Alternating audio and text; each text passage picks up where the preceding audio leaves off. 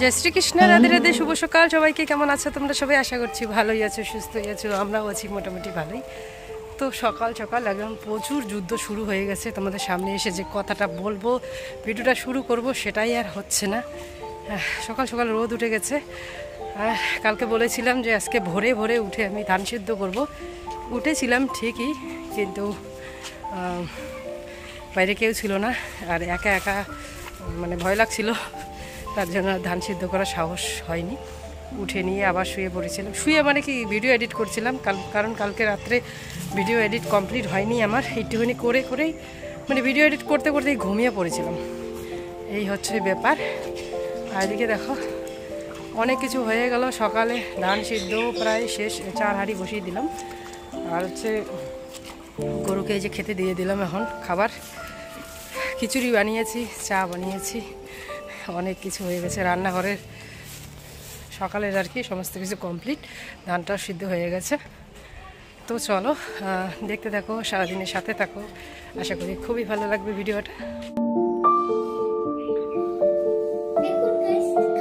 তো দেখো সোনামা যে খেয়ে দেখুন শুয়ে আছে, আমি এই সোনামাকে বারান্দায় খাইয়েছি, ওই যেখানে ওষুধপত্রগুলো এখনও রয়ে গেছে।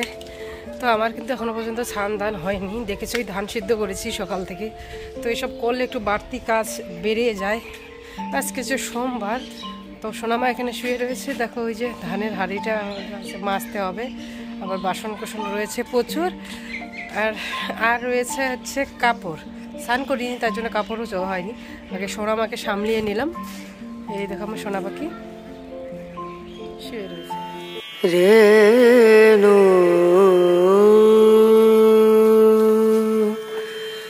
রনা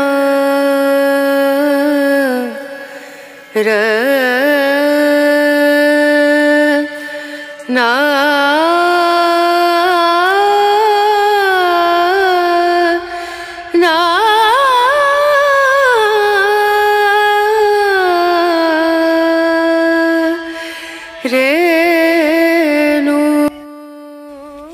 স্নান তো হয়ে গেছে, পুজো পার্বণ সব কিছু হয়ে গেছে, ঠিক রান্না বসিয়ে দিয়েছি, রান্না করা কিচ্ছু আর শেয়ার করিনি, কারণ ভিডিওটা ছাড়ার সাথে সাথে এমন একটা কমেন্ট এসেছে না, সেই কমেন্ট শুনেই মাথাটা গন্ডগোল হয়ে যাচ্ছে, তো তোমাদের সাথে পরে শেয়ার করছি।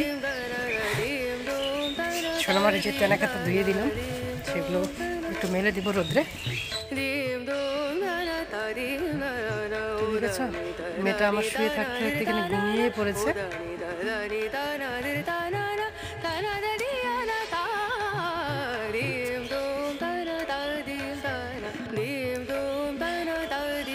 মেয়েটাকে এরকম করে শুয়ে থাকতে দেখলে না নিজেরই মানে কিরকম লাগে, ভালো লাগে না।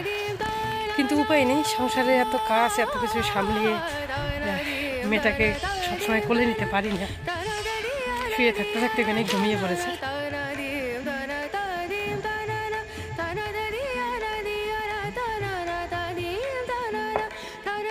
শুভ বিকাল সবাইকে। বিকেল হয়ে গেছে, মানে 5টা বেজে গেছে এখন। তো আজকে দুপুরের পর থেকে আর কোনো ভিডিও করিনি।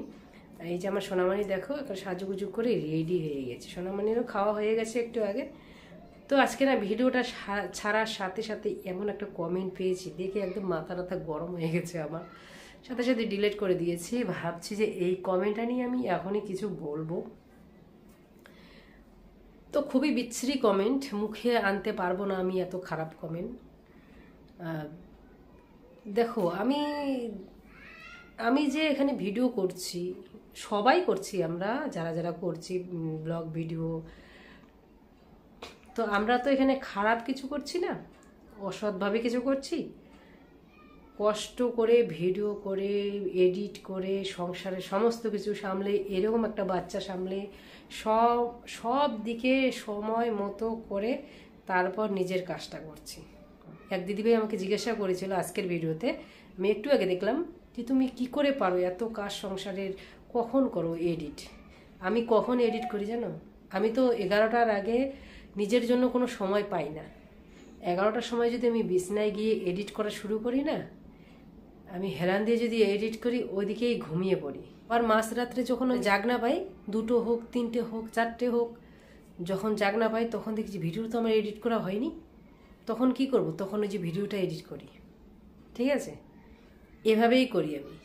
কেন করি? আমার একটা লক্ষ্য আছে যে আমি এই যে মেয়েটাকে নিয়ে যে এতটা লড়াই করছি সংসারে কাজকর্ম করে ভিডিও করার জন্য, মানে ইউটিউবে যেহেতু সবাই ইনকাম করছে, আমাদের মতো হাউসওয়াইফরা অনেক প্রচুর, কয়জন লাগবে? সাধন সাথী, ঠিক আছে, মৌ ইয়াদি, মানে প্রচুর আছে প্রচুর। কোনটা ছেড়ে কোনটা বলবা? কোথার থেকে কোথায় উঠে এসেছে। ওরা একটু কষ্ট করেছে, কয়েক বছর থেকে কষ্ট করছে, তার জন্যই পেরেছে, তাই না? তারা এরকম ধরনের কমেন্ট করছে, অন্যের উন্নতি থেকে জ্বলছে, নিজের তো কোনোদিন কিছু করতে পারবে না। ওদের মতো যারা হাউস ওয়াইফরা, সাধারণ ঘরের বউরা কষ্ট করছি আমরা একটু নিজের পায়ে দাঁড়ানোর জন্য, এই যে অমানসিকতার কতগুলো লোক আছে এরকম করে বেড়ায়। পাড়ার কতগুলো কুচিটে কাকিমা আছে না, যে এর এই বউয়ের, এই বাড়ির বউয়ের পিছনে লাগে, ওই বাড়ির বউয়ের পিছনে লাগে, এরকম হচ্ছে ব্যাপার। তো সেই কমেন্ট আমি ডিলিট করে দিয়েছি, কারণ আমার ভিডিওতে অনেক আমার ভালোবাসার লোক দেখে, শ্রদ্ধেয় লোক দেখে, আমার অনেক বড় গুরুজনরা দেখে। তার জন্য আমি চাই না যে তাদের চোখে এই খারাপ মানুষের খারাপ মানসিকতার কমেন্টটা পড়ুক। তো দেখো, তুমি আমার কিছুই করতে পারবে না এরকম খারাপ কমেন্ট করে, কারণ আমি খুবই শক্ত একটা মেয়ে, খুবই শক্ত একটা মহিলা, যাই বলো না কেন। কিন্তু একটা ক্ষতি কি হচ্ছে বলো তো? তোমার এই যে খারাপ কমেন্টটা যে করছো তুমি, বাড়ির লোক যদি কেউ দেখে, বা ধরো আমার হাজবেন্ডের দেখলো, ঠিক আছে, তখন ফলটা খারাপ হবে। তখন হয়তো বলবে আমাকে যদি ভিডিও করা বন্ধ করো, ডাইরেক্ট এরকম করে বলবে। এই হলো ব্যাপার। আর আমার মতো যারা যারা আছে তাদের কমেন্টে গিয়ে যদি এরকম করে বলো, তো তারা হয়তো শক্ত হয়ে ভিডিওটা মানে করা ছাড়বে না, আরও শক্ত হবে মনের দিক দিয়ে। কিন্তু বাড়ির লোক যদি এরকম করে দেখে, এরকম বাজে কমেন্ট, তখনই বলে দিবে যে ভিডিও করা বন্ধ করো। আমি তো এখানে কোনো খারাপ করছি না, করছি কি? তোমরা যারা যারা আমার ভিডিও দেখছো তারা একবার কমেন্ট করে বলো তো, আমি কি কিছু খারাপ করছি নাকি ভিডিওতে?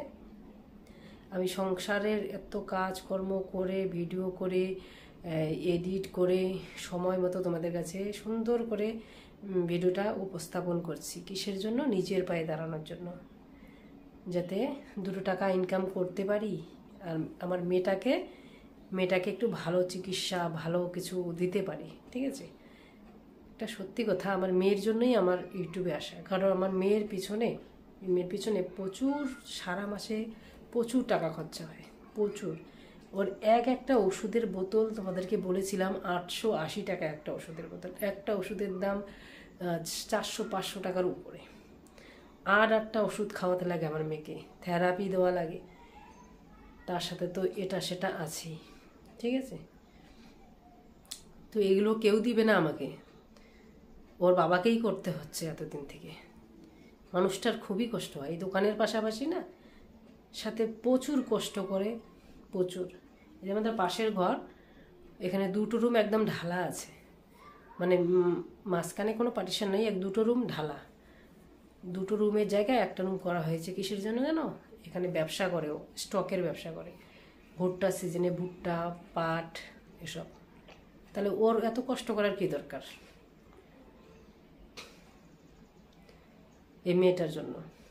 তার জন্যই আমি ভেবেছিলাম যদি ওকে একটু সাহায্য করা যায়, যেহেতু ইউটিউবে সবাই ইনকাম করছে নিজের যেটুকুই ট্যালেন্ট আছে সেটুকু দিয়ে, তো আমি যেটুকু পারছি করছি আমার নিজের চেষ্টা অনুযায়ী, যাতে আমি আমার মেয়েটাকে একটু ভালো ইসে করতে পারি, যাতে ওর বাবার পাশে আমি দাঁড়াতে পারি।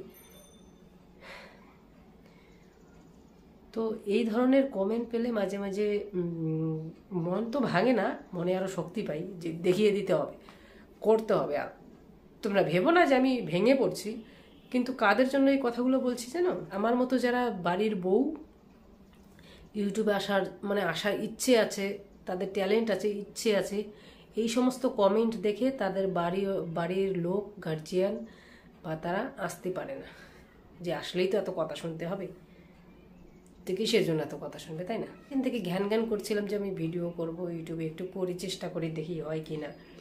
তো আমাকে অনেকবার বারণ করেছিল যে এসব করার দরকার নেই, মানুষ খুব বাজে কমেন্ট করে, এই কমেন্টের জন্যই, ঠিক আছে। আমার কিছু করতে পারবে না, কিন্তু এই কমেন্টগুলো যদি বাড়ির লোক দেখে না, তখনই হচ্ছে কেচালটা লাগবে, তখনই হয়তো বলে দেবে যে করার দরকার নেই এসব, থাক। তো একটা কথাই বলবো, যারা যারা এরকম মানসিকতা নিয়ে ঘুরে বেড়াও ওর ভিডিওতে, তারা দয়া করে আর কিছু করো না। তোমাদের বাড়িতেও মা ভাই বোন আছে, ঠিক আছে, সবাইকে না সেই রকম নজরে দেখো। খারাপ কমেন্ট করার আগে নিজের বাড়িতে যে মা আছে, বোন আছে, তাদের কথা আগে চিন্তা করো। মা বোন সবাই সমান। তো ঠিক আছে, যদি কিছু ভুল বলে থাকি আমার প্রিয় ভালোবাসার মানুষটা, আমাকে ক্ষমা করে দিও। আমি শুধু আমার জন্য বলছি না, সবার জন্য বলছি। আমার মতো হাউস ওয়াইফ যারা অসহায় বাড়ির বউ, নিজের পায়ে কিছু করতে চায়, নিজের পায়ে দাঁড়াতে চায়, নিজের হাতে কিছু ইনকাম করতে চায়, তারা এই সমস্ত কমেন্ট পেলে পিছিয়ে আসবে, তারা কখনোই এগিয়ে আসতে পারবে না। তাদের জন্যই আমার এই কথাটা বলা। তো ঠিক আছে, আজকের ভিডিওটা এখানেই শেষ করছি। দেখা হচ্ছে পরের কোনো ভিডিওতে। ততক্ষণে তোমরা ভালো থেকো, সুস্থ থেকো, সাবধানে থেকো, টাটা। আর আমার সোনামাকে জুটি বেঁধে কীরকম লাগছে বলো তো?